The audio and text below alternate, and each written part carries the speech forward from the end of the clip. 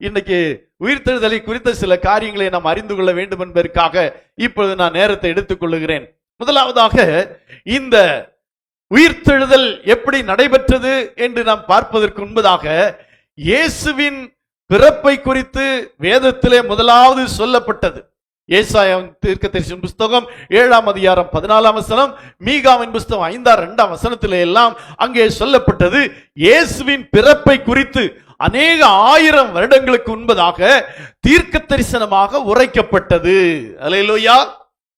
இரண்டாவதாக ஏசாயா தீர்க்கதரிசியின் புஸ்தகம் 53ஆம் அதிகாரம் 1 முதல் 12 வசனங்களிலும், சகரியாவின் புஸ்தகம் 12ஆம் அதிகாரம் 10ஆம் வசனத்திலும் இயேசு கிறிஸ்துவின் மரணத்தை குறித்து அநேக வருடங்களுக்கு முன்பதாக சொல்லப்பட்டது. அல்லேலூயா. அதைப் போல இந்த இயேசு கிறிஸ்துவின் உயிர்த்தெழுதலை குறித்தும் சங்கீதம் 53:10, 16:10, ஏசாயா 52:13 வசனத்திலும் இயேசு கிறிஸ்துவின் உயிர்த்தெழுதலை குறித்து சொல்லப்பட்டிருக்கிறது. அல்லேலூயா. ஏன் நான் இதை சொல்லுகிறேன் என்றால், இந்த வேதத்திலே என்ன சொல்லப்பட்டிருக்கிறதோ அது நடந்திருக்கிறது, இன்னும் நடக்கும்.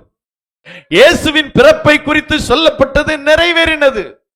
இயேசுவின் பாடு மரணங்களை குறித்து சொல்லப்பட்டது நிறைவேறினது. இயேசு கிறிஸ்துவின் உயிர்த்தெழுதலை குறித்து சொல்லப்பட்டது, அதுவும் நிறைவேறினது. அல்லேலூயா. இவைகளெல்லாம் நமக்கு ஒரு முக்கியமான கருத்தை கொண்டு வருகிறது. அது என்னவென்றால், இந்த வேதத்தில் எது நடந்தது என்று சொல்லப்பட்டிருக்கிறதோ அது உண்மையாகவும், எது நடக்கப் போகிறது என்பது நிறைவேறுதலும் இருக்கிறபடினாலே இந்த வேதம் முழு உண்மையுள்ளதாக இருக்கிறது. இந்த வேதம் சொல்லி இருக்கிறது, இன்னும் என்னென்ன காரியங்கள் நடக்கும் என்று சொல்லப்பட்டதோ அதெல்லாம் நடக்கும். சொல்லுமா? அல்லேலூயா. அல்லேலூயா. ஏதோ யாரோ எழுதின ஒரு கதையோ கவிதையோ நாம் படிக்கவில்லை. இந்த உலகத்தை உண்டாக்கின தேவாதி தேவன் முன்குறித்தலின் படியாக என்னவெல்லாம் தம்முடைய தீர்க்கதரிசிகளை கொண்டு ஊழியக்காரர்களை கொண்டு சொன்னாரோ அது எல்லாம் நடந்திருக்கிறது, இப்பொழுது நடந்து கொண்டிருக்கிறது, இன்னும் நடக்கும். அல்லேலூயா. அதுதான் நமக்கு கொடுக்கப்பட்டிருக்குதான ஒரு மேன்மையான ஆசீர்வாதம். அல்லேலூயா. அல்லேலூயா. பிறப்பும் மரணமும் உயிர்த்தெழுதலும் நிறைவேறினது போல இன்னும் இந்த வேதம் எல்லாம் என்னவெல்லாம் சொல்லி இருக்கிறதோ அது எல்லாம் நடக்கும். அல்லேலூயா. இயேசு தம்முடைய உயிர்த்தெழுதலை குறித்து முன்னறிவித்தார். மத்தேயு சுவிசேஷம் 16ஆம் அதிகாரம் 21ஆம் வசனத்தில் வாசிக்கும் போது, அது முதல் இயேசு தாம் எருசலேமுக்கு போய் மூப்பராலும் பிரதான ஆசாரியராலும் வேதபாரகராலும் பல பாடுகள் பட்டு கொலையுண்டு 3ஆம் நாளில் எழுந்திருக்க வேண்டும் என்பதை தம்முடைய சீஷர்களுக்கு சொல்லத் தொடங்கினார். அல்லேலூயா. என்ன செய்யணும்? பல பாடுகள் பட்டு கொலையுண்டு 3ஆம் நாள் எழுந்திருக்க வேண்டும் என்பதை தம்முடைய சீஷர்களுக்கு சொன்னார். அல்லேலூயா. அல்லேலூயா. ஏதோ எதிர்பாராத விதமாக சிலுவை மரணம் நடக்கவில்லை. எதிர்பாராத விதமாக இயேசு உயிரோடு எழும்பவில்லை. முன்னோர்கள் சொன்னார்கள். அல்லேலூயா. சங்கீதத்தின் புஸ்தகத்திலும் ஏசாயா தீர்க்கதரிசியின் புஸ்தகத்திலும் பல 1000 வருடங்களுக்கு முன்பாக சொல்லப்பட்டது மாத்திரமல்ல, இயேசு தம்முடைய ஊழியத்தை துவங்கி செய்து கொண்டிருந்த வேளையிலே தான் இப்படிப்பட்ட பல பாடுகள் படவும் கொலையுண்ணவும் 3ஆம் நாளில் எழுந்திருப்பேன் என்றும் அவர் சொன்னார். அல்லேலூயா. 17ஆம் அதிகாரம் 23ஆம் வசனத்தை வாசிக்கலாம். அவர்கள் அவரை கொலை செய்வார்கள், ஆகிலும் 3ஆம் நாளிலே உயிர் தெழுந்திருப்பார் என்றார். ஆமா, அவரே சொல்கிறார். அவர்களை கொலை செய்வார்கள், ஆகிலும் 3ஆம் நாளிலே உயிரோடு எழுந்திருப்பார். 20ஆம் அதிகாரம் 19ஆம் வசனத்தை வாசிக்கலாம். 20:19. அவரை பரியாசம் பண்ணவும், வாரினால் அடிக்கவும், சிலுவையில் அறையவும் புறஜாதியாரிடத்தில் ஒப்பு கொடுப்பார்கள். ஆகிலும் 3ஆம் நாளிலே அவர் உயிரோடு எழுந்திருப்பார். அல்லேலூயா. அவரை பரியாசம் பண்ணவும், வாரினால் அடிக்கவும், சிலுவையில் அறையவும் புறஜாதியாரிடத்தில் ஒப்பு கொடுப்பார்கள். ஆகிலும் 3ஆம் நாளிலே அவர் உயிரோடு எழுந்திருப்பார். அல்லேலூயா. இதெல்லாம் நடந்ததா இல்லையா? அவரை பரியாசம் பண்ணாங்க, வாரினால் அடிச்சாங்க, சிலுவையில அரைஞ்சாங்க. புறஜாதியார்னா ரோமர்கள், புறஜாதியார்கள் அவள் யூதர்கள் அல்ல, புறஜாதியார் ஆகிய ரோமர்களுடைய கரத்தில் ஒப்புக் கொடுத்தார்கள். அவர் சிலுவையில அறையப்பட்டார்கள். ஆகிலும் 3ஆம் நாளிலே அவர் உயிரோடு எழுந்திருப்பார். அல்லேலூயா. அப்படியாக இயேசு உயிரோடு எழுந்தார். அல்லேலூயா, அல்லேலூயா. அநேகர் புதிதா இருக்கிறபடினாலே இதை குறித்து கொஞ்சம் நான் சொல்ல வேண்டியது அவசியமா இருக்கிறது.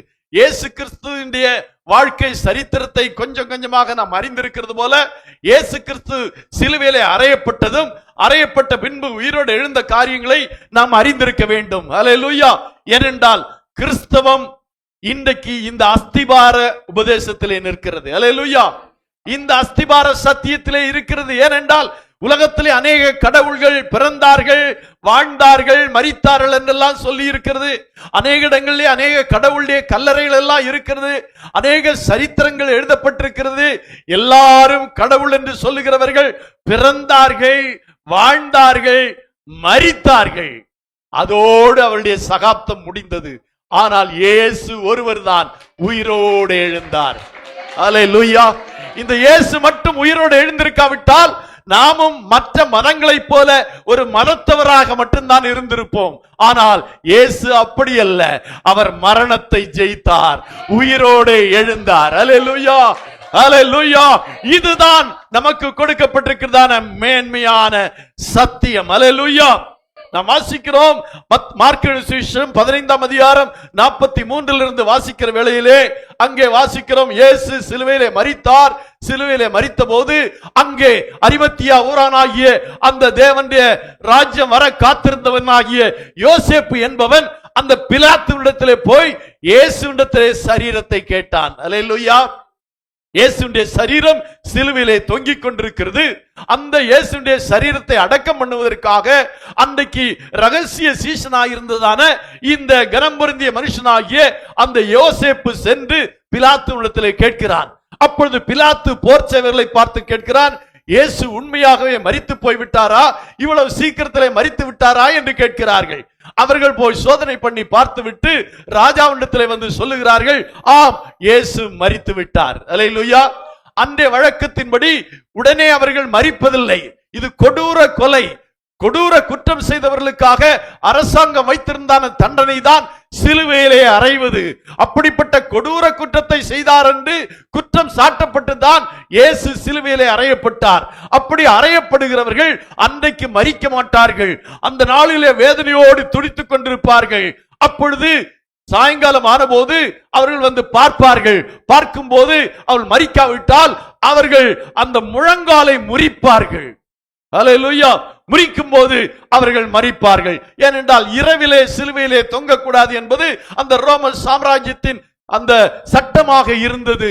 ஆகவே இவர்கள் நினைத்தார்கள், இந்த இயேசு மரித்திருக்க மாட்டார், அவருடைய முழங்காலை முறிக்க வேண்டியது வரும் என்று நினைத்துக் கொண்டிருக்கிற வேளையிலே தான் கேள்விப்படுகிறார்கள், இயேசு மரித்தார். அல்லேலூயா. அவருடைய எலும்புகளில் ஒன்றும் முறிக்கப்படுவதில்லை என்று வேதம் சொன்னது நிறைவேறும்படியாக இயேசுடைய முழங்கால்கள் முறிக்கப்படவில்லை. அவர் மரித்தார் என்று கேள்விப்பட்ட போது அவன் சரீரத்தை அந்த யோசேப்புடைய கரத்திலே கொடுத்தான். அந்த இயேசுடைய சரீரத்தை அவன் வாங்கி கொண்டு போய் அங்கே அந்த அவனுக்காக கட்டப்பட்டிருந்த வைக்கப்பட்டிருந்த கல்லறையிலே அவனை வைத்தார்கள். அல்லேலூயா. வாசிக்கலாமே இந்த 44, 45, 46 வசனங்களை வாசிக்கலாம். அவர் இத்தனை சீக்கிரத்தில் மரித்து போனாரா என்று பிலாத்து ஆச்சரியப்பட்டு 100க்கு அதிபதியை அழைப்பித்து அவர் இதற்குள்ளே மரித்தது நிச்சயமா என்று கேட்டான். இதற்குள்ளே மரித்தது நிச்சயமா என்று கேட்டான். 100க்கு அதிபதியினாலே அதை அறிந்து கொண்ட பின்பு சரீரத்தை யோசேப்பினிடத்தில் கொடுத்தான்.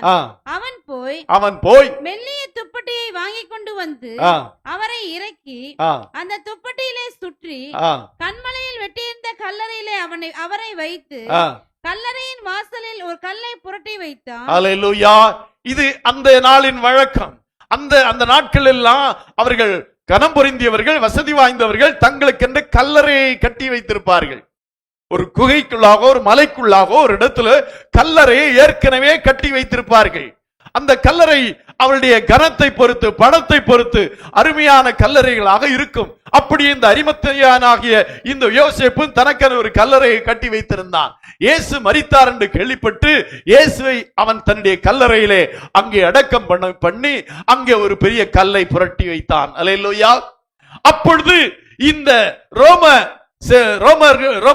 போர்ச்சவர்களும் யூதர்கள் எல்லாரும் சேர்ந்து பிலாத்துவிடத்தில் போய் சொன்னார்கள், பிலாத்து ராஜாவே, இந்த எத்தன் உயிரோடு இருக்கும் போது, வாசிக்கலாம் இது மத்தேயு சுவிசேஷம் 27ஆம் அதிகாரம் 60ஆம் வசனம் முதல் அங்கே வாசிக்கிற போது அவர்கள் சொல்லுகிறார்கள், இந்த எத்தன் உயிரோடு இருக்கிற வேளையிலே சொல்லி இருக்கிறான், நான் மரித்து உயிரோடு எழுந்திருப்பான் என்று சொல்லி இருக்கிறான்.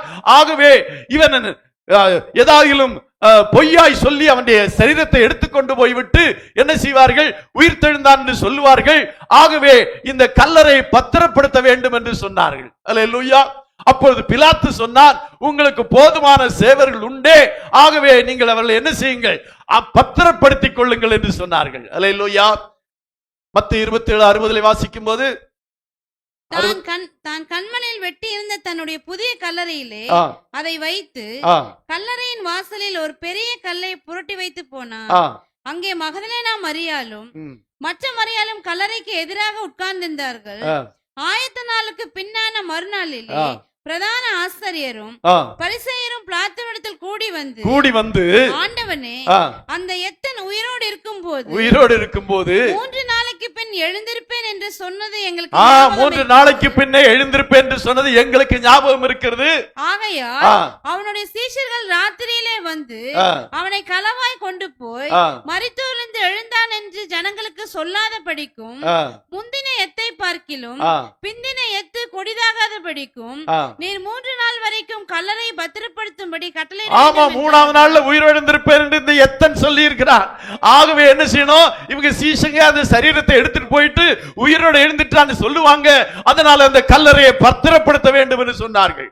உடனே பிலாத்து சொன்னான், அடுத்த வசனத்தில் சொல்லப்பட்டிருக்கிறது, அதற்கு பிலாத்து, உங்களுக்கு காவல் சேவகர் உண்டே, போய் உங்களால் கூடிய மட்டும் பத்திரப்படுத்திக் கொள்ளுங்கள், உங்களால் கூடிய மட்டும் பத்திரப்படுத்திக் கொள்ளுங்கள். நேரம் ஆகிறபடினால் வசனங்களை இவ்விதமாய் சொல்ல விரும்புகிறேன். ஆகவே அந்த ரோம போர்ச்சவைகள் பாதுகாத்தார்கள். அந்த கல்லறைக்கு அந்த கல்லிலே ஒரு முத்திரை வைத்தார்கள். 3 நாட்களாக அவர்கள் அந்த கல்லறையை பாதுகாத்து வருகிறார்கள். அல்லேலூயா. இது 3வது நாள் ஞாயிறு. அந்த வாரத்தின் முதல் நாளிலே அந்த யூத வழக்கத்தின்படியாக ஒரு வழக்கம் உண்டு. என்னவென்று சொன்னால், அந்த கல்லறையில வைக்கப்பட்டிருக்கிற சரீரத்திற்கு சுகந்த வர்க்கங்களை கொண்டு அதை பத்திரப்படுத்துவார்கள். அந்த சுகந்த வாசனையை அவர்கள் போடும்போது அந்த சரீரம் நீண்ட நாட்களுக்கு கெடாமல் இருக்கும், கெட்டு போகாமல் இருக்கும். அந்த வழக்கத்தின்படியாக மரியாளும் மற்ற பெண்களும் சேர்ந்து என்ன செய்கிறார்கள், அந்த சுகந்த வர்க்கத்தை எடுத்துக்கொண்டு அந்த கல்லறைக்கு நேராக போகிறார்கள். போகும்போது அவர்களுக்குள்ளே ஒரு பெரிய பிரச்சனை, அவர்களுக்குள்ளே ஒரு பெரிய கவலை என்னவென்றால், அங்கே ஒரு பெரிய கல் வைக்கப்பட்டிருக்கிறது. நாம் பெண்களாயிருக்கிறோமே, அந்த கல்லையை நமக்காக யார் புரட்டுவார்கள், நம்மாலே அது புரட்டப்பட முடியாதே என்று சொல்லி அந்த கல்லறை குறித்து பேசிக் கொண்டிருக்கிறார்கள். அல்லேலூயா. மார்க் சுவிசேஷம் 16ஆம் அதிகாரம் 1 முதல் வாசிக்கிற வேளையில் அங்கே சொல்லப்பட்டிருக்கிறது. மார்க் 16:1 வாசிக்கும் போது, ஓய்வு நாளான பின்பு மகதலேனா மரியாளும் யாக்கோபின் தாயாகிய மரியாளும் சலோமே என்பவளும் அவருக்கு சுகந்த வர்க்கம்படிபடி அவைகளை வாங்கிக் கொண்டு வாரத்தின் முதல் நாள் அதிகாலையிலே சூரியன் உதயமாகிற போது கல்லறையிடத்தில் வந்து கல்லறையின் வாசலில் இருக்கிற கல்லை நமக்காக எவன் புரட்டி தள்ளுவான் என்று சொல்லிக் கொண்டிருக்கிறார்கள். அல்லேலூயா. அவங்களுடைய கவலை எல்லாம் என்ன, இயேசு மரித்து போயிட்டாரு, 3 நாள் ஆச்சு, இப்ப போய் என்ன செய்யணும், நம்முடைய வழக்கத்தின்படியாக அதற்கு சுகந்த வர்க்கம் விட வேண்டும் என்பது வழக்கத்தின்படியாக இவர்கள் சுகந்த வர்க்கத்தை எடுத்துக்கொண்டு வருகிறார்கள். வரும்போது அவர்களுக்குள்ளே பேசிக் கொள்கிறார்கள், ஒரு பெரிய கல் வைக்கப்பட்டிருக்கிறது, இந்த காலை வேளையில யார் வந்து நமக்கு அந்த கல்லை புரட்டுவார்கள் என்று சொல்லி அவர்கள் பேசிக் கொண்டிருக்கிற வேளையிலே அங்கே மத்தேயு 28ஆம் அதிகாரம் 1-2 வசனங்கள் சொல்லி இருக்கிறது. மத்தேயு 28:1-2, ஓய்வு நாள் முடிந்து வாரத்தின் முதல் நாள் விடிந்து வருகையில் மகதலேனா மரியாளும் மற்ற மரியாளும் கல்லறையை பார்க்க வந்தார்கள். அப்பொழுது பூமி மிகவும் அதிரும்படி கர்த்தருடைய தூதன் வானத்திலிருந்து இறங்கி வந்து வாசலில் இருந்த கல்லை புரட்டி தள்ளியதின் மேல் உட்கார்ந்தான். அல்லேலூயா, அல்லேலூயா. அருமையான தேவனுடைய பிள்ளைகளே, நம்முடைய வாழ்க்கையிலே யார் இதை செய்வார்கள், என்னுடைய வாழ்க்கையில இந்த காரியத்தை யார் செய்வார்கள், என்ன செய்வார்கள் என்று அங்கலாய்த்துக் கொண்டிருக்கிற அருமையான சகோதரிகளுக்கு சொல்லுகிறேன், உங்களுடைய அங்கலாய்ப்பை மனிதர்கள் அல்ல, தேவன் தேவதூதனை அனுப்பி அதை உங்களுக்காக புரட்டி தள்ளுவார். ஹalleluya, ஹalleluya. அங்கலாய்க்க வேண்டாம். கர்த்தர் உங்களுக்காக தம்முடைய தூதர்களை வைத்திருக்கிறார். தம்முடைய தூதர்கள் அந்த கல்லை புரட்டி தள்ளுவார்கள். அது உங்களுடைய வாழ்க்கையில் இருக்கிற எந்த தடை கற்களா இருந்தாலும் சரி, எதுவா இருந்தாலும் சரி, மனிதனால் கூடாதா இருந்தாலும் சரி, தேவன் தம்முடைய தூதர்களை அனுப்பி சிங்கத்தின் வாயை கட்டினது போல இந்த கல்லை புரட்டி தள்ளுவார். உங்களுடைய வாழ்க்கையிலே தடையா இருக்கிற கற்கள் எதுவா இருந்தாலும் தேவன் தம்முடைய தூதர்களை அனுப்பி அதை புரட்டி தள்ளுவார். ஹalleluya, ஹalleluya. நான் வரிசையாக என்ன நடந்தது என்பதை புதியவர்களுக்காக சொல்லிக் கொள்ளுகிறேன். உயிர்த்தெழுதல் என்றால் என்ன என்று அநேகர் கேட்பார்கள் அல்லவா? இயேசுவை பார்த்தபோது உலகம் எங்கிலும் புறஜாதியார்கள், கிறிஸ்தவர்கள் அல்லாதவர்கள் போகும்போது சிலுவையில் அறையப்பட்ட அந்த இயேசுவை தான் பார்ப்பார்கள். அப்படித்தானே இருக்குது. எங்க போனாலும் சிலுவையில இயேசு அறையப்பட்டது. இதுதான் கிறிஸ்தவர்கள் அல்லாதவர்களுக்கு தெரியும். ஏன்னா எல்லா இடத்துலயும் அதான் பாக்குறாங்க. காலண்டர்லயும் பாத்தீங்கன்னா இயேசு கிறிஸ்து சிலுவையில் அறையப்பட்டவராகத்தான் காலண்டர்லயும் அடிப்பாங்க. ஆனா இயேசு கிறிஸ்து உயிரோடு எழுந்தார் என்பதை யாரும் சொல்ல தயாராக இல்லை. யாருக்கு அது தெரியாது. நாம சொல்லணும். நாங்கள் ஆராதிக்கிற தேவன் இன்றைக்கு ஜீவிக்கிறார். அவர் மரித்தார், ஆனாலும் உயிரோடு எழுந்தார். ஹalleluya. அருமையான சகோதரன் சொன்னது போல நாம் பிறருக்கு சத்தியத்தை சொல்ல வேண்டும். நீ ஏன் கிறிஸ்தவனா இருக்கிறேன்னா, நான் உயிரோடு இருக்கிற கிறிஸ்தவனை ஆராதிக்கிறேன். நான் உயிரோடு இருக்கிற கிறிஸ்துவை ஆராதிக்கிறேன். ஹalleluya. எங்கள் தேவன் உயிரோடு இருக்கிறார். அவர் மரித்தார் என்பது உங்களுக்கு தெரியும். அவர் உயிர்த்தார் என்பது எங்களுக்கு தெரியும். ஹalleluya. உங்களுக்கு அவர் மரித்தார் என்று தானே தெரியும். எங்களுக்கு தெரியும் அவர் உயிர்த்தார் என்று. ஹalleluya, ஹalleluya. ஆமா, அங்கே கல்லை புரட்டி அவர் உட்கார்ந்திருந்தார். ஹalleluya, ஹalleluya. யோசித்து பாருங்க. இந்த கல் புரட்டாம இப்போ என்ன நடக்குது? அவர் கல்லை புரட்டி வைத்திருக்கிறார்கள். அப்பொழுது மரியாளும் மற்ற சௌரியர்கள் எல்லாம் உள்ள போய் பார்க்கறாங்க. உள்ள போய் பார்க்கும்போது இயேசு அங்கே இல்ல. இயேசுவை சுத்தி கட்டியிருந்த அந்த துணிகள் மட்டும் அங்கே வைக்கப்பட்டிருக்கிறது. ஹalleluya. அப்பொழுது அந்த தேவதூதன் என்ன சொன்னான் என்று பார்க்கிறது ரொம்ப முக்கியமாக இருக்கிறது. ஹalleluya, ஹalleluya. அங்கே சொல்லப்பட்டது என்ன? மத்தேயு சுவிசேஷம் 24ஆம் அதிகாரம் 28ஆம் அதிகாரம் 5 முதல் 7 வரையில் வாசிக்கிறோம். அந்த ஸ்திரீகளை நோக்கி, இப்போ பாருங்க, தூதன் அந்த ஸ்திரீகளை நோக்கி, நீங்கள் பயப்படாதிருங்கள், நீங்கள் பயப்படாதிருங்கள். வந்து பார்க்கறாங்க. கல்லறைக்கு உள்ள வந்து பார்க்கறாங்க. உள்ள வந்து பார்க்கும்போது இயேசு இல்ல. அந்த சீலைகள் மட்டும் அங்கே வைக்கப்பட்டிருக்கிறது. அப்பொழுது அவர்கள் பயப்படுகிறார்கள். அப்பொழுது தேவதூதன் சொல்லுகிறார் அந்த ஸ்திரீகளை நோக்கி, நீங்கள் பயப்படாதிருங்கள். சிலுவையில் அறையப்பட்ட இயேசுவை தேடுகிறீர்கள் என்று எனக்கு தெரியும். அவர் இங்கே இல்லை. அடுத்த வசனத்தை வாசிக்கலாம். அவர் இங்கே இல்லை. தாம் சொன்னபடியே உயிர்த்தெழுந்தார். ஹalleluya, ஹalleluya. கொஞ்சம் யோசித்து பாருங்களேன். இந்த கல்லறை திறக்காம, கல்லை உருட்டாம, இவங்க உள்ள போகாம தேவதூதன் சொன்னான்னு வச்சுக்குவோம். எப்படி இயேசு கிறிஸ்து உயிரோட எழுந்து விட்டாரு அப்படின்னு மட்டும் சொல்லி இருந்தாங்கன்னா நம்பி இருக்க மாட்டாங்க. ஆனா இவங்க போய் உள்ள பாக்குறாங்க. முதல் நாள் அங்கே பார்க்கிறோம், மரியாளும் அங்கே இருந்தாள். எந்த இடத்துல கல்லை புரட்டி வைத்தாலோ அங்கே அவர்கள் அறிந்திருந்தார்கள். அங்கே இயேசு அடக்கம் பண்ணப்பட்டார் என்பது அவளுக்கு தெரியும். இப்பொழுது இன்றைக்கு அவர்கள் அங்கே கண்டுகொள்ளுகிற காரியம் என்னவென்றால், இயேசு உயிரோடு எழுந்தார். ஹalleluya, இயேசு உயிரோடு எழுந்தார். ஹalleluya, ஹalleluya. இதுதான் சத்தியம். ஹalleluya. நீங்கள் தேடுகிற இயேசு இங்கே இல்லை. எங்கே இல்லை? கல்லறையிலே இல்லை. அவர் உயிரோடு எழுந்தார். ஹalleluya. நீங்க வேணா கர்த்தரை வைத்த இடத்தை பாருங்க. அவர் அங்கே இல்லை. அவர் உயிரோடு எழுந்தார் என்று சொன்னார். ஹalleluya, ஹalleluya.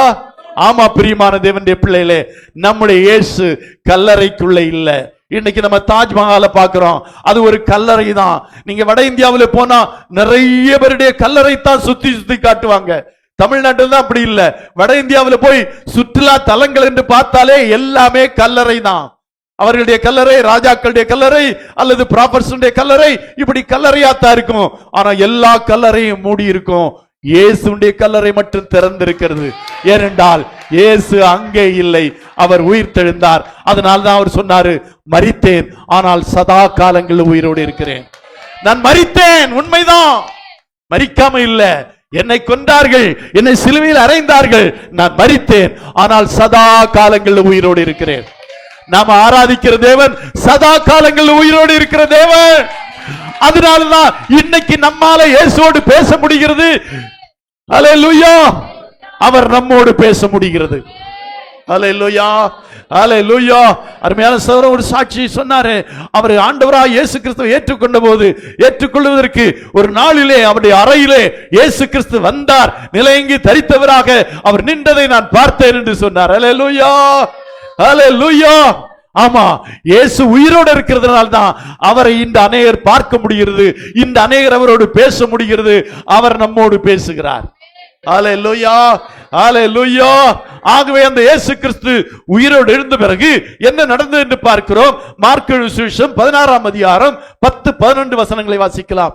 மார்க் 16-10-12 வசனங்கள். அவளிடத்திலிருந்து அவர் 7 பிசாசுகளை துரத்தி இருந்தார். ஆமா, அங்க அந்த சுகந்த வர்க்கத்தை கொண்டு போன அந்த மரியாளிடத்திலிருந்து அவர் 7 பிசாசுகளை துரத்தி இருந்தாள். அவள் புறப்பட்டு அவரோட கூட இருந்தவர்கள் துக்கப்பட்டு அழுது கொண்டிருக்கையில் அவர்களிடத்தில் போய் அந்த செய்தியை அறிவித்தாள். அவர் உயிரோடு இருக்கிறார் என்றும் அவளுக்கு காணப்பட்டார் என்றும் அவர்கள் கேட்ட பொழுது, பாருங்க, அவர் உயிரோடு இருக்கிறார் என்றும் அவளுக்கு காணப்பட்டார் என்று அவர்கள் கேட்டபோது நம்பவில்லை. அல்லேலூயா. அன்னைக்கு அநேகர் நம்பல. இவ போய் சொல்றா, மரியாள் 7 பிசாசு அவளிடத்திலிருந்து துரத்தப்பட்டிருந்தது. அவள் போய் அழுது கொண்டே சொல்லுகிறார், இயேசு நாம் வைத்த கல்லறையிலே இல்லை, அவருடைய தூதரை நாம் கண்டோம், தூதன் சொன்னார் அவர் இங்கே இல்லை, அவர் உயிரோடு எழுந்து விட்டார் என்று சொன்னார் என்று சொன்னபோது அதை அவர்கள் நம்பவில்லை. அல்லேலூயா. முதலாக அவள் மரியாளுக்கு தரிசனமானார். அல்லேலூயா. ஏனென்றால் அவள் மிக மிக இயேசுவை நேசித்தாள். ஏனென்றால் 7 பிசாசுகளை துரத்தி இருந்தாள். இந்த மரியாள் தான் நலதம் என்கிற தைலத்தை இயேசுடைய பாதத்திலே ஊற்றி அதை துடைத்து முத்தம் செய்த மரியாள். அல்லேலூயா, அல்லேலூயா. அவ்வளவு அன்பு அவர் மேல் இருந்தது. அதனால்தான் இந்த காலையிலே, வாரத்தின் முதல் நாள் காலையிலே அவர் இயேசுவை தேடி சென்றது என்னவென்றால், இயேசு என்னிடத்திலிருந்து 7 பிசாசை துரத்தி இருக்கிறார். அந்த இயேசுவுக்கு நான் என்னத்தை செலுத்துவேன்? இப்பொழுது நான் போய் இயேசுவுக்கு சுகந்த வர்க்கங்களை இடுவேன் என்று போனார். அங்கே போய் பார்த்த போதுதான் தேவன் அங்கே அவளை இயேசுவை காணவில்லை, அவர் உயிரோடு எழுந்தார் என்று இயேசு. அப்போ இயேசு முதல் மரியாளுக்கு தரிசனமானார். அல்லேலூயா. இரண்டாவது 12ஆம் வசனத்தை வாசிக்கலாம். அதன் பின்பு அவர்களில் 2 பேர் ஒரு கிராமத்துக்கு நடந்து, சீஷர்களே 2 பேர் ஒரு கிராமத்துக்கு நடந்து போற பொழுது அவர்களுக்கு மறுரூபமாய் தரிசனமானார். அல்லேலூயா. இப்ப தேவதூதன் சொன்னது மட்டும்தான் அப்படின்னா, அவங்க உலகத்தில் எல்லாம் போய் என்ன சொல்லி இருப்பாங்க? நாங்க கல்லறைக்கு போனோம், அங்க போய் சுகந்த வர்க்கமிட போனோம், இயேசு அங்கே இல்ல, ஒரு தேவதூதன் சொன்னாரு இயேசு உயிரோடு எழுந்து விட்டார் என்று மட்டும்தான் சொல்லி இருப்பாங்க. ஆனா இப்போ இயேசு முதல் மரியாளுக்கு நேரடி தரிசனத்தை கொடுத்தார். இங்கே சொல்லப்பட்டிருக்கிறது, 2 பேர் கிராமத்துக்கு நடந்து போகிற பொழுது அவர்களுக்கும் மறுரூபமாய் தரிசனமானார். அல்லேலூயா, அல்லேலூயா, அல்லேலூயா. அப்ப ஒருத்தருக்கு, இரண்டாவது 2 பேருக்கு. மூன்றாவது லூக்கா சுவிசேஷம் 24ஆம் அதிகாரம் 38 முதல் வாசிக்கிற வேளையிலே, லூக்கா 24:38 வாசிக்கலாம். அவர்களை நோக்கி, நீங்கள் ஏன் கலங்குகிறீர்கள்? உங்கள் இருதயங்களில் சந்தேகங்கள் எழும்புகிறது என்ன? நான் தான் என்று அறியும்படி என் கைகளையும் என் கால்களையும் பாருங்கள், என்னை தொட்டு பாருங்கள். நீங்கள் காண்கிறபடி எனக்கு மாம்சமும் எலும்புகளும் உண்டாயிருக்கிறது போல ஒரு ஆவிக்கு இயேசு இப்ப 11 சீஷர்களுக்கு தரிசனமாகிறார். அல்லேலூயா. ஏதோ தேவதூதன் சொன்னதில்லை, இயேசு இந்த 11 சீஷர்களுக்கு தரிசனமாகிறார். முதல்ல மரியாளுக்கு தரிசனமானார், 2 சீஷர்களுக்கு முதலாவது தரிசனமானார். இப்பொழுது 11 சீஷர்கள் மத்தியில போய் நிற்கும் போது அவர்களால் நம்ப முடியல. இயேசு சொன்னதின்படியாக உயிர்த்தெழுந்ததற்கான தேவதூதன் சொல்லி அவள் நம்பல. இப்போ ஆண்டவர் சொல்றாரு, நான் தான் என்று அறியும்படி என் கைகளை என் கால்களையும் பாருங்கள். ஆணி கடாவப்பட்ட அந்த கால்களையும் கைகளையும் காண்பித்தார். அந்த கைகளிலே ஆணி கடாவப்பட்ட அந்த காயம் இருந்தது, காலிலே காயம் இருந்தது. நீங்கள் என்னை தொட்டு பாருங்கள். அவங்க எல்லாம் ஒரு ஆவின்னு நினைச்சாங்க, ஏதோ ஒரு ஆவி வந்து நிற்கிறேன்னு. முந்தையெல்லாம் அப்படிதான், ஆவிகள் மேல ரொம்ப நம்பிக்கை உண்டு. மரித்தவர்கள் ஆவியாய் வருவார்கள் என்ற நம்பிக்கை அன்றைக்கு உண்டு, இன்றைக்கு சிலருக்கு இருக்கிறது. அன்றைக்கு அவர்களுக்கு அப்படி ஒரு நம்பிக்கை இருந்தபடியாலே அது ஒரு ஆவி என்று நினைத்தார்கள். இயேசு சொன்னார், ஆவி அல்ல, இதோ பாருங்கள், எனக்கு மாம்சம் இருக்கிறது, எனக்கு எலும்புண்டா இருக்கிறது, என்னை தொட்டு பாருங்கள் என்று சொன்னார். அல்லேலூயா சொல்லுமா. இது எங்கோ ஒருவருக்கு காட்சி எடுத்ததில்ல, 2 பேருக்கு இல்ல, இப்போ 11 பேருக்கும் இயேசு தரிசனமானார். அல்லேலூயா. இப்ப இதெல்லாம் யாரு? முதல்ல மரியாள் வந்து இயேசுவை நம்புகிறவள், 2வது 2 சீஷர்கள், இப்போது 11 சீஷர்கள்.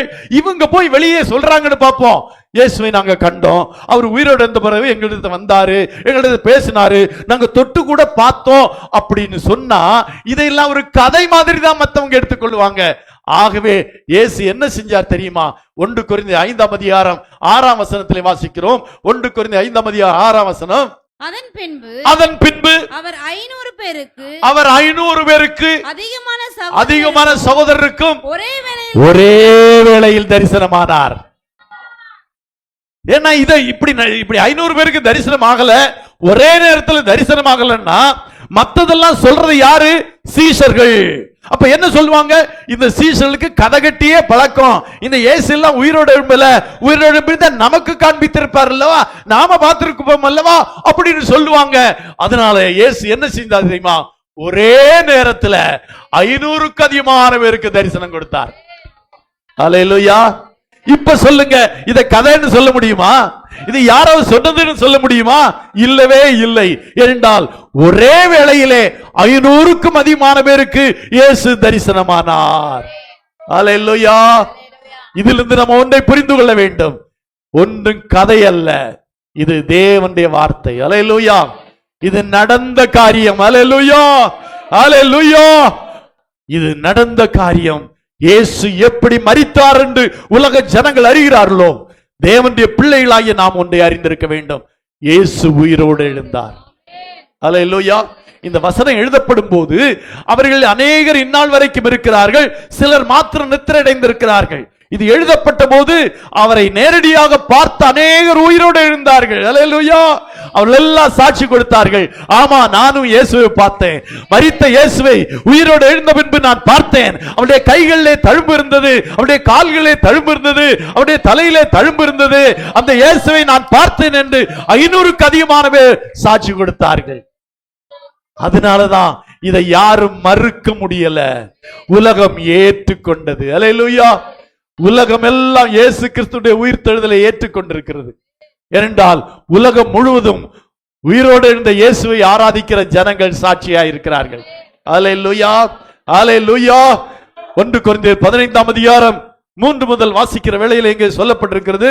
1 கொரிந்தியர் 15ஆம் அதிகாரம் 3ஆம் வசனத்தை வாசிக்கலாம். நான் அடைந்ததும் உங்களுக்கு பிரதானமாக ஒப்புவித்ததும் என்னவென்றால், பவுல் சொல்றாரு, நான் அடைந்ததும் உங்களுக்கு பிரதானமாக ஒப்புவித்தது என்னவென்றால், கிறிஸ்துவானவர் வேத வாக்கியங்களின்படி நமது பாவங்களுக்காக மரித்தார். கிறிஸ்துவானவர் வேத வாக்கியங்களின்படி நமது பாவங்களுக்காக மரித்தார். அல்லேலூயா. கிறிஸ்துவானவர் நமது பாவங்களுக்காக மரித்தார். அடுத்த வசனம், அடக்கம் பண்ணப்பட்டார். வேத வாக்கியங்களின்படி 3ஆம் நாள் உயிரோடு எழுந்தார். அல்லேலூயா. வேத வாக்கியங்களின்படி சொல்லி இருக்குது. அப்படியானால் இந்த வேதம் என்ன சொல்லி இருக்கிறதோ அது நடந்தது, நடக்கிறது, இன்னும் நடக்கும். அல்லேலூயா. இந்த வேதம் தான் சொல்லி இருக்கிறது, ஆண்டவராய் இயேசு கிறிஸ்து மீண்டும் வரப்போகிறார். அல்லேலூயா. இதோ சீக்கிரமாய் வருகிறேன், அவனுடைய கிரியைகளுக்கு ஏற்ற பலன் என்னோடு கூட வருகிறது என்று சொல்லி இருக்கிறார். அப்போ இயேசு பிறப்பை குறித்து சொன்னது நிறைவேறினது, இயேசுவின் பாடு மரணங்களை குறித்து சொன்னது நிறைவேறினது, இயேசு உயிரோடு இருப்பார் என்று சொன்னது நிறைவேறினது. அப்படியானால் இயேசு வரப்போகிறார் என்று சொல்லி இருக்கிறது நிறைவேறும். இந்த 3 நடக்கலன்னா 4வது சொன்னது நடக்காது. ஆனா சொன்ன 3 நடந்தது. ஆகவே இந்த 4வது இயேசு வருவார் என்கிறதும் கண்டிப்பாய் நடக்கும். அல்லேலூயா.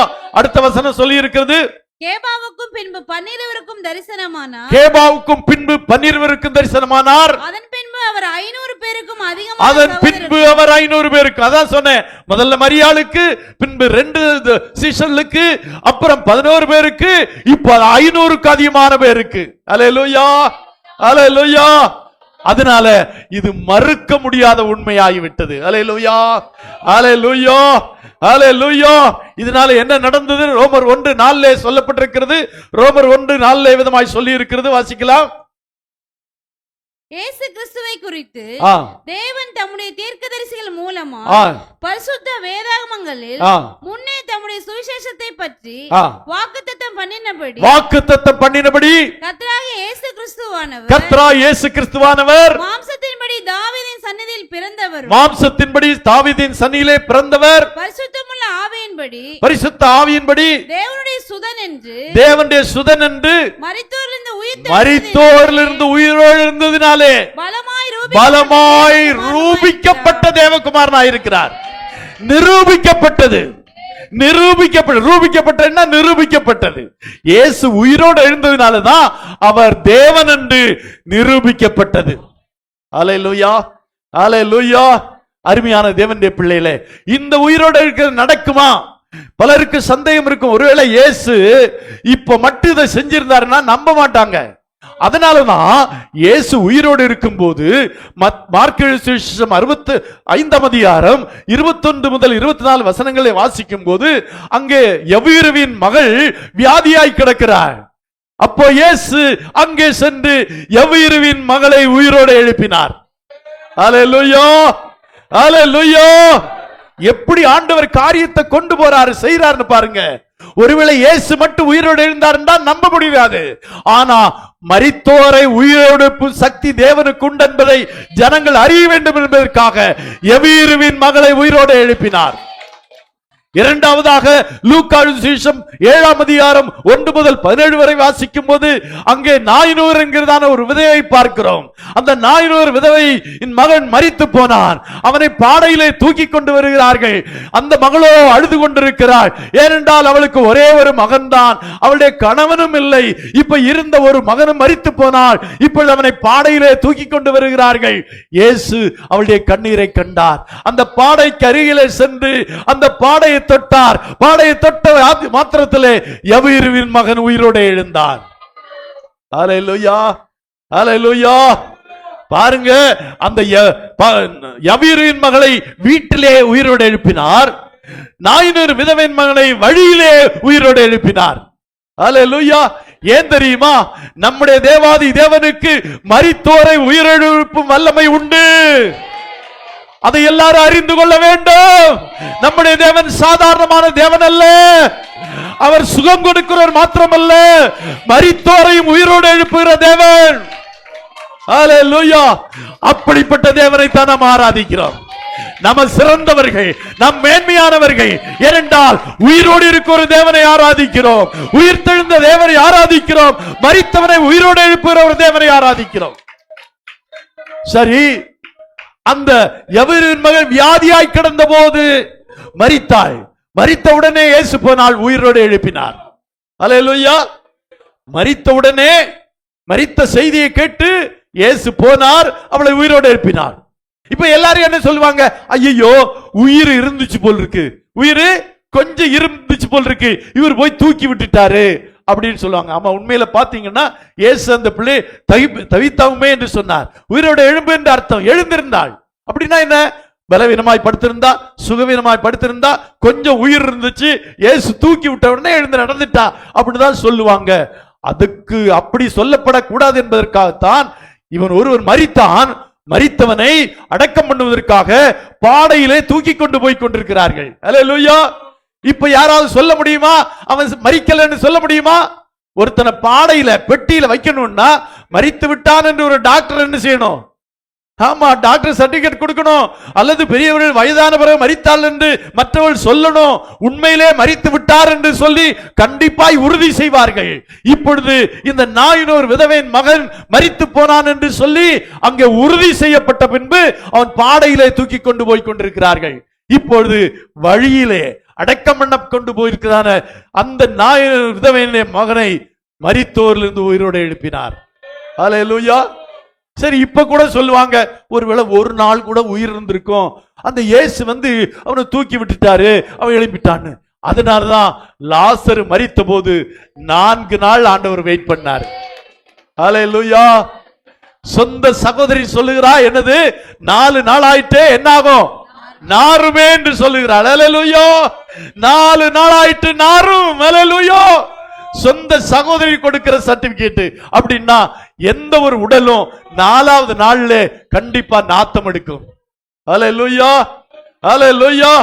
இப்பொழுது லாசரு மரித்தான், வியாதியா இருந்தான், மரித்தான், கல்லறை அடக்கம் பண்ணப்பட்டு விட்டது, 4 நாட்களும் ஆகிவிட்டது. இயேசு அந்த கல்லறையின் அருகே சென்றார். கல்லை புரட்டி தள்ளுங்கள் என்றார். கல்லை புரட்டி தள்ளினார்கள். லாசருவே வெளியே வா என்று சொன்னார். மரித்த லாசரு உயிரோடு எழுந்து வந்தார். இந்த 3 உயிர்த்தெழுதலும், இந்த 3 உயிரோடு எழுப்புற காரியங்களும் பாருங்க. முதல்ல வியாதிப்பட்டு மரித்த உடனே உயிரோடு எழுப்பினார். 2வது மரித்த அடக்கம் பண்ண போற கல்லறைக்கருகிலே உயிரோடு எழுப்பினார். இங்கே மரித்து 4 நாளான லாசரு உயிரோடு எழுப்பினார். இதெல்லாம் எதுக்கு செஞ்சார் தெரியுமா? இந்த மரித்தவர்களை கூட உயிரோடு எழுப்பும் வல்லமை என் தேவாதி தேவனுக்கு உண்டு, நாங்கள் ஆராதிக்கிற தேவனுக்கு உண்டு என்பதை வாழும் போதே காட்டிவிட்டார்.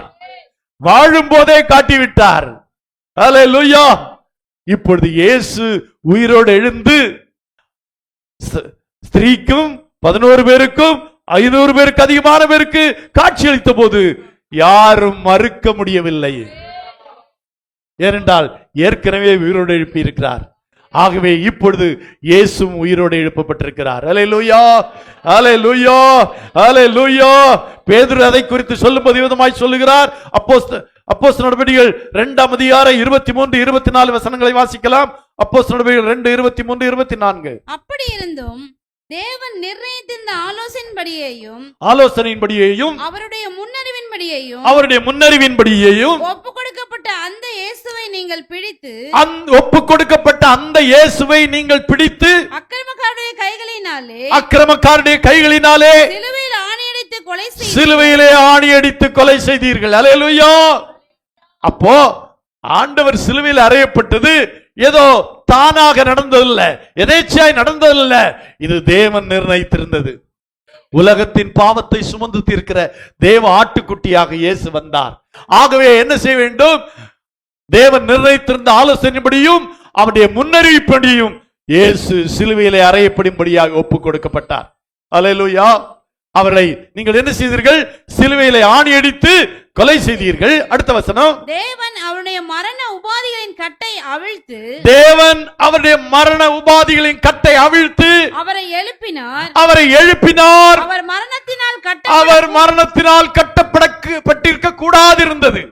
சொல்லுமா? புரியலையோ?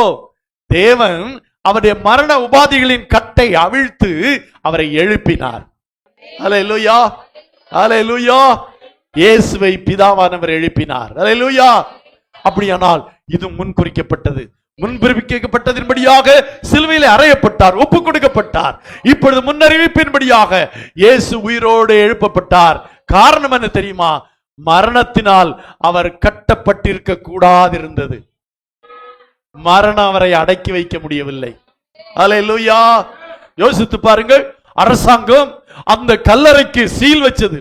ரோம அரசாங்கம் என்றால் அன்றைக்கு இருந்ததிலே மிகப்பெரிய அரசாங்கம் தான் ரோம பேரரசு. நம்ம எல்லாம் படிச்சிருக்கோம்ல, ரோம பேரரசுன்னு படிச்சிருக்கிறோம். பெரிய அரசு, பெரிய அரசு, உலகத்தையே ஆண்ட அரசு, அதுதான் ரோம பேரரசு. அதனால்தான் பிலாத்து சொன்னார், உங்களுக்கு சேவர்கள் உண்டே, கூடுமானவரை பத்திரப்படுத்திக் கொள்ளுங்கள். அப்படின்னா ஷிப்ட் முறையில சுத்தி சுத்தி காவல், நம்முடைய Z+ மாதிரி காவல் போட்டிருந்தாங்க. பெரிய கல்லறை வைக்கப்பட்டிருந்தது, கல்லறைய முத்திரை போடப்பட்டிருந்தது. ஆனால் இந்த மரணத்தினால் கட்டப்பட்டிருக்க கூடாது இருந்த இயேசு அவைகளெல்லாம் தாண்டி உயிரோடு எழுந்தார். அல்லேலூயா. அல்லேலூயா. அல்லேலூயா. அதை குறித்து எபிரேய புஸ்தகத்திலே பவுல் எழுதும்போது எபிரேயர் 7ஆம் அதிகாரம் 25ஆம் வசனத்திலே சொல்லுகிறார். எபிரேயர் 7:25, மேலும் தமது மூலமாய் தேவனிடத்தில் சேருகிறவர்களுக்காக வேண்டுதல் செய்யும்படிக்கு, பாருங்க, தமது மூலமாய் தேவனிடத்தில் சேருகிறவர்களுக்காக வேண்டுதல் செய்யும்படிக்கு அவர் எப்பொழுதும் உயிரோடு இருக்கிறவராகையால், அவர் எப்பொழுதும் உயிரோடு இருக்கிறவராகையால், அல்லேலூயா சொல்லுமா, அவர் எப்பொழுதும் உயிரோடு இருக்கிறார். நாம் ஆராதிக்கிற தேவன் எப்போதும் உயிரோடு இருக்கிறார், இப்போதும் உயிரோடு இருக்கிறார், இன்னும் உயிரோடு இருப்பார், இன்னும் அவர் வருவார். ஹல்லேலூயா. நாங்க ஆராதிக்கிற தேவன் உயிரோடு எழுந்தவர், அவர் இன்றைக்கு உயிரோடு இருக்கிறார். ஹல்லேலூயா. எவ்வளவு பெரிய சாட்சி தெரியுமா? அது எவ்வளவு பெரிய காரியம் தெரியுமா? உலகத்திலே நிகழாத ஒன்று, நிகழக்கூடாத ஒன்று, எதிர்பாராத ஒன்று, இயேசு உயிரோடு எழுந்தார். காலரை தூக்கி விட்டு சொல்லலாம், நாங்க ஆராதிக்கிற தேவன் இன்றைக்கும் உயிரோடு இருக்கிறார். அவர் மரித்தவர், ஆனால் உயிரோடு எழுந்தார். அல்லேலூயா, அல்லேலூயா. ஆகவே அவருக்காக நாங்கள் எதிர்பார்த்திருக்கிறோம். அல்லேலூயா, அல்லேலூயா. அப்படியானால் இந்த இயேசுவின் உயிர்த்தெழுதல் ஒன்றை நமக்கு சொல்லுகிறது. என்ன? 1 கொரிந்தியர் 15ஆம் அதிகாரம் 20ஆம் வசனத்திலிருந்து வாசிக்கலாம். 1 கொரிந்தியர் 15ஆம் அதிகாரம் 20ஆம் வசனத்திலிருந்து, கிறிஸ்துவோ மரித்தோரிலிருந்து எழுந்து நித்திரை அடைந்தவர்களில் முதற் பலனானார். கிறிஸ்துவோ மரித்தோரிலிருந்து எழுந்து நித்திரை அடைந்தவர்களில் முதற் பலனானார். அல்லேலூயா. உலகத்திலே இயேசு முதற் பலனாக உயிர்த்தெழுந்தார். அல்லேலூயா, அல்லேலூயா. அடுத்த வசனம் வாசிக்கலாம். மனுஷனால் மரணம் உண்டானபடியா மனுஷனால் மரித்தோரின் உயிர்த்தெழுதலும் உண்டாயிற்று. ஆதாமுக்குள் எல்லாரும் மரிக்கிறது போல, ஆதாமுக்குள் எல்லாரும் மரிக்கிறது போல கிறிஸ்துவுக்குள் எல்லாரும் உயிர்ப்பிக்கப்படுவார்கள். கிறிஸ்துவுக்குள் எல்லாரும் உயிர்ப்பிக்கப்படுவார்கள். அல்லேலூயா. இயேசு எப்படி உயிரோடு எழுந்தாரோ அப்படியே நாமும் உயிரோடு எழுந்திருப்போம். அடுத்த வசனம் வாசிக்கலாம். அவனவன் தன் தன் வரிசையிலே உயிர்ப்பிக்கப்படுவான். முதற் பலனானவர் கிறிஸ்து, முதற் பலனானவர் கிறிஸ்து. பின்பு அவர் வருகையில் அவருடையவர்கள் உயிர்ப்பிக்கப்படுவார்கள். எப்படி இயேசுவை அந்த கல்லறை அடக்கி வைக்க முடியலையோ, அதே போல நம்முடைய கல்லறையும் அடக்கி வைக்கப்பட முடியாது. இயேசு வரும்போது நாமும் உயிரோடு எழுந்திருப்போம். அல்லேலூயா, அல்லேலூயா. இன்னைக்கு உலக மனுஷனுக்கு அந்த நம்பிக்கை இல்லை. இந்தியாவிலே ஒரு பெரிய நகரம் இருக்கிறது, வட இந்தியாவிலே. அந்த நகரத்துக்கு பெயர் காசி என்று பெயர். அந்த காசியிலே ஏராளமான ஆயிரக்கணக்கான ஜனங்கள் போய் குடியிருக்கிறாங்க. அங்க வீடு வாடகைக்கு எடுத்துக் கொள்கிறாங்க. அங்கே சத்திரங்கள் கட்டப்பட்டிருக்கிறது. அந்த சத்திரத்தில் போய் குடியிருக்கிறார்கள்.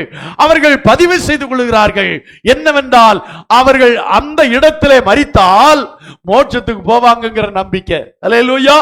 அதனால ஆயிரக்கணக்கான பேர் அங்கே தங்கி இருக்கிறாங்க. தங்களுடைய கடைசி நாளிலே மரிக்கும் போது அங்கே மரித்தால் அவளுக்கு மோட்சம் உண்டு என்று நம்புகிறார்கள். அதனாலே அங்கே தங்கி இருக்கிறார்கள். அவள் மரித்தவுடனே அங்கே அடக்கம் பண்ணப்படுவார்கள். அந்த அருகே இருக்கிற நதியிலே, கங்கை நதியிலே அவர்களை என்ன செய்வார்கள்? நீராட்டி அந்த கங்கை எரிப்பார்கள். அந்த சாம்பலை அங்கே கரைப்பார்கள். அவருடைய நம்பிக்கை என்ன? அங்கே மரித்தால், அந்த கங்கையிலே நீராடினால், அந்த இடத்திலே மரித்து அடக்கம் பண்ணப்பட்டால் நாம் பரலோகத்துக்கு செல்வோம் என்று. அல்லேலூயா, அல்லேலூயா. யாராவது அப்படி சொன்னாங்களான்னு தெரியாது, இல்ல. இது ஒரு நம்பிக்கை. எப்படி ஒரு மனிதன் வாழ்நாளெல்லாம் தன்னுடைய விருப்பம் போல் நடந்துவிட்டு கடைசி தருணத்திலே போய் ஒரு இடத்திலே மரித்தால் அவன் மோட்சம் போவான் என்பதை எப்படி ஏற்றுக்கொள்ள முடியும்? முடியவே முடியாது. அல்லேலூயா. அது அவருடைய நம்பிக்கை. அதை நம்ம குறை சொல்லல. நான் என்ன சொல்றேன்னா, நம்முடைய நம்பிக்கை அதுவல்ல. நம்முடைய நம்பிக்கை நாமும் ஒரு நாள் மரிப்போம். இயேசு மரித்தார், ஆனால் இயேசு உயிரோடு எழுந்தது போல நாமும் உயிரோடு எழுந்திருப்போம். அல்லேலூயா, அல்லேலூயா. அவர் முதற்பலன், அடுத்தவங்க நாம. அவனவன் தன் தன் வரிசையிலே உயிரோடு எழுந்திருப்பார். எவ்வளவு பெரிய சந்தோஷமான காரியம். அதனால் தான் நம்ம மரணத்தில் அதிகமா துக்கப்படுறதில்லை. ஏனென்றால் கொஞ்ச நாள் நித்திரையா இருக்க போகிறோம், ஓய்வெடுக்க போகிறோம். இயேசு வருவார், எக்கால சத்தம் தொனிக்கும், அப்பொழுது மரித்தோர் உயிரோடு எழுந்திருப்பார்கள். 1 கொரிந்தியர் 15ஆம் அதிகாரம் 51ஆம் வசனத்திலே சொல்லப்பட்டிருக்கிறது, எக்காலம் தொனிக்கும். இதோ ஒரு ரகசியத்தை உங்களுக்கு அறிவிக்கிறேன். இதோ ஒரு ரகசியத்தை உங்களுக்கு அறிவிக்கிறேன். நாம் எல்லாரும் நித்திரை அடைவதில்லை. நாம் எல்லாரும் நித்திரையடைவதில்லை. ஆகிலும் கடைசி எக்காலம் தொனிக்கும் போது ஒரு நிமிஷத்திலே ஒரு இமைப்பொழுதிலே நாம் எல்லாரும் மறுரூபமாக்கப்படுவோம். ஹல்லேலூயா, ஹல்லேலூயா. நாம் எல்லாரும் மறுரூபமாக்கப்படுவோம். இதுதாங்க நமக்கு கொடுக்கப்பட்டிருக்கிற தேவ வார்த்தை. இயேசு முதற்பலனாக உயிர்த்தெழுந்தார். ஒரு நாளிலே எக்காலம் தொனிக்கும் போது நாமும் உயிரோடு எழுந்திருப்போம். அடுத்த வசனம் வாசிக்கலாம். எக்காலம் தொனிக்கும், அப்பொழுது மரித்தோர் அழிவில்லாதவர்களாய் எழுந்திருப்பார்கள். அப்பொழுது மரித்தோர் அழிவில்லாதவர்களாய் எழுந்திருப்பார்கள். நாமும் மறுரூபமாக்கப்படுவோம். இயேசு வரும்போது ஒருவேளை நாளை வருகிறார், 10 நாள் கழித்து வருகிறார், ஒரு வருடம் கழித்து வருகிறார் என்று வைத்துக் கொள்வோம். கொஞ்சம் பேர் மரித்திருப்பாங்க, கொஞ்சம் பேர் உயிரோடு இருப்பாங்க. அதை பற்றி தான் சொல்லப்பட்டிருக்கிறது. மரித்தோர் அழிவில்லாதவர்களாய் எழுந்திருப்பாங்க. அல்லேலூயா. கிறிஸ்துவுக்குள் மரித்தோர் எழுந்திருப்பாங்க. அல்லேலூயா. மரிக்காமல் இருக்கிற நாம் மறுரூபமாக்கப்படுவோம். எல்லாரும் மரிக்க மாட்டாங்க. இயேசு வரும்போது எல்லாரும் மரிச்சிருப்பாங்களா? இல்ல. கொஞ்சம் பேர் மரிச்சிருப்பாங்க, கொஞ்சம் பேர் உயிரோடு இருப்பாங்க. அப்ப மரித்தோர் அழிவில்லாதவர்களா எழுந்திருப்பாங்க, உயிரோடு இருக்கிற நாம் மறுரூபப்படுவோம். அல்லேலூயா. வாசிக்கலாம் அடுத்த வசனம். அழிவுள்ளதாகிய இது அழியாமையும், அழிவுள்ளதாகிய இது அழிவியாமையும், சாவுக்கு எதுவாகிய இது சாவாமையும் தரித்துக் கொள்ள வேண்டும். அழிவுள்ளதாகிய இது அழியாமையும், சாவுக்கு எதுவாகிய இது சாவாமையும் தரித்துக் கொள்ளும் போது மரணம் ஜெயமாக விழுங்கப்பட்டது என்று எழுதியிருக்கிற வார்த்தை, மரணம் ஜெயமாக விழுங்கப்பட்டது என்று எழுதியிருக்கிற வார்த்தை நிறைவேறும். அல்லேலூயா, அல்லேலூயா. மரணம் தோற்று போனது, நாம ஜெயித்தோம். அல்லேலூயா, அல்லேலூயா. இதெல்லாம் கேட்கும்போது நமக்கு எவ்வளவு சந்தோஷமா இருக்குது. எத்தனை பேர் சந்தோஷமா இருக்கிறீங்க இதை கேட்கும்போது? ஆமாங்க, இயேசு சொன்னது நடந்தது, தேவ வார்த்தை சொன்னது நடந்தது. இந்த வார்த்தை அப்படியே நடக்கும். அல்லேலூயா. 1 தெசலோனிக்கேயர் 4ஆம் அதிகாரம் 16ஆம் வசனத்திலே நாம் வாசிக்கும் போது இவ்விதமாய் சொல்லி இருக்கிறது.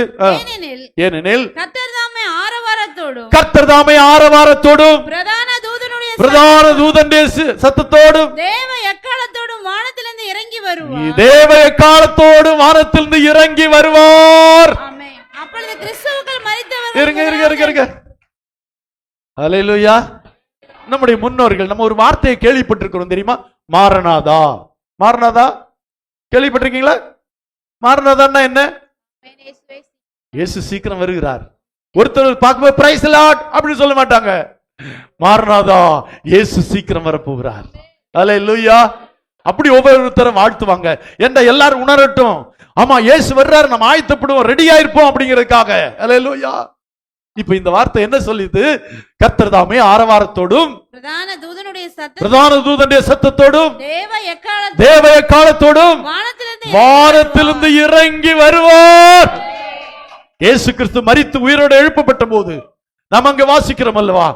அந்த தேவதூதன் சொல்லுகிறார், இந்த இயேசு கிறிஸ்துவானவர் எப்படி உயிரோடு எழுப்பப்பட்டு வானத்துக்கு ஏறி போனாரோ அப்படியே வருவார். அல்லேலூயா, அல்லேலூயா. எப்படி எடுத்துக்கொள்ளப்பட்டாரோ அப்படியே திரும்ப வருவார். அல்லேலூயா. வானத்தை அண்ணாந்து பார்த்து கொண்டிருக்கிற அந்த ஜனங்களோடு தான் தேவதூதன் சொன்னார், நீங்கள் வானத்தை அண்ணாந்து பார்க்கிறது என்ன? இந்த இயேசுவானவர் எப்படி வானத்துக்கு எடுத்துக்கொள்ளப்பட்டாரோ அப்படியே திரும்ப வருவார். அவர் வரும்போது கர்த்தர் தாமே ஆரவாரத்தோடும் பிரதான தூதனுடைய சத்தத்தோடும் தேவ காலத்தோடும் வானத்திலிருந்து இறங்கி வருவார். அப்பொழுது கிறிஸ்துவுக்குள் மரித்தவர்கள் முதலாவது எழுந்திருப்பார்கள். அல்லேலூயா, அல்லேலூயா, அல்லேலூயா. இது எவ்வளவு பெரிய நம்பிக்கை, எவ்வளவு பெரிய சந்தோஷம், எவ்வளவு பெரிய ஆசீர்வாதம். அல்லேலூயா, அல்லேலூயா.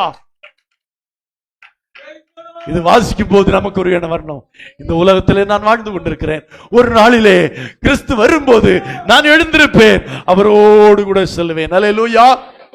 வாசிக்கலாம் கீழே. பின்பு அப்பொழுது கிறிஸ்துவுக்குள் மரித்தவர்கள் முதலாவது எழுந்திருப்பார்கள். பின்பு உயிரோடு இருக்க நாமும் கர்த்தருக்கு எதிர்கொண்டு போக மேகங்கள் மேல் அவரோடு கூட ஆகாயத்தில் எடுத்துக்கொள்ளப்பட்டு இவ்விதமா எப்பொழுதும் கர்த்தருடனே கூட இருப்போம். அல்லேலூயா. ஹalleluya. எத்தனை பேருக்கு அந்த நம்பிக்கை இருக்கிறது? நான் கர்த்தருடனே கூட இருப்பேன். ஹalleluya. அவரோடு கூட எடுத்துக்கொள்ளப்பட்டு அவரோடு கூடவே இருப்பேன். ஹalleluya. எங்கேயோ ஒரு இடத்துல போய் மரிக்கிறதுனால இல்ல, ஏதோ சில தவங்கள் செய்கிறதுனால இல்ல, கிறிஸ்துவுக்குள் வாழ்ந்து கிறிஸ்துவுக்குள் மரிப்போமானால் நாம் உயிரோடு எழுப்பப்படுவோம். மரிக்காதிருப்போமானால் நாம் மறுரூபப்படுவோம். அவரோடு கூட எடுத்துக்கொள்ளப்பட்டு இவ்விதமாய் எப்பொழுதும் கர்த்தருடனே கூட இருப்போம். ஹalleluya, ஹalleluya. இந்த வாழ்க்கை அற்பம்ங்க. வேதம் சொல்லி இருக்கு, 70 80 அல்லது 100 இருக்கட்டும், ஆனா என்றென்றைக்கும் தேவனோடு இருக்க போறது நாம தான். அந்த வாக்கு தத்தத்தை கர்த்தர் நமக்கு கொடுத்திருக்கிறது, அந்த வாக்குறுதியை கொடுத்திருக்கிறது. அவருக்குள்ளாய் வாழ்ந்து அவருக்குள்ளாய் மரிக்க வேண்டும்.